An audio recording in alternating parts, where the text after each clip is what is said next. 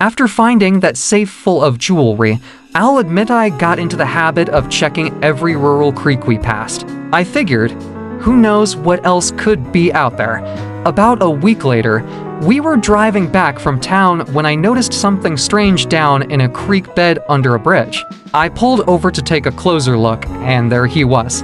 A baby buck, stuck in thick mud, legs trembling, completely alone. It was about a 30-foot drop, and both sides were steep. I couldn't see any sign of his mother, and it looked like he'd been struggling for hours, maybe longer.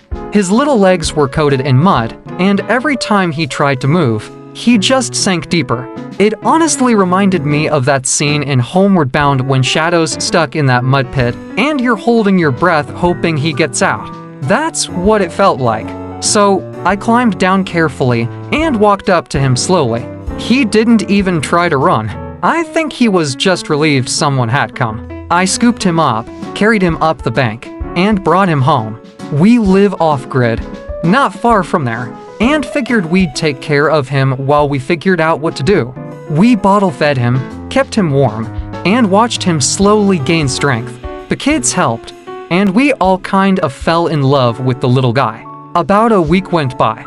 Then one morning, I was standing in the yard when I turned around and there were two game wardens standing in the driveway. Now, way out where we are, you don't just see law enforcement pull up. So I was a little shocked, maybe even defensive. I didn't know what we'd done wrong. Then it all came out. Someone on Twitter, someone who didn't like Kimber, had seen the photo she posted of the deer. They decided to report us, claimed we were running some kind of illegal deer farm. They even made up stories to back it up. The wardens were polite but serious. They asked if we had any dozen cages. I just laughed and said, "Feel free to look around." We walked the property together. No cages, no illegal operation, just one muddy little fawn we'd tried to save. In the end, they told us we weren't in trouble, but we had broken a rule.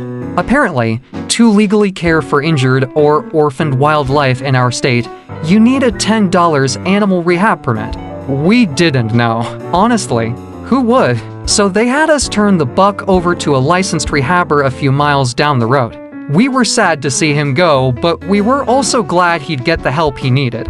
And here's what I learned. Not everyone watching your life is rooting for you.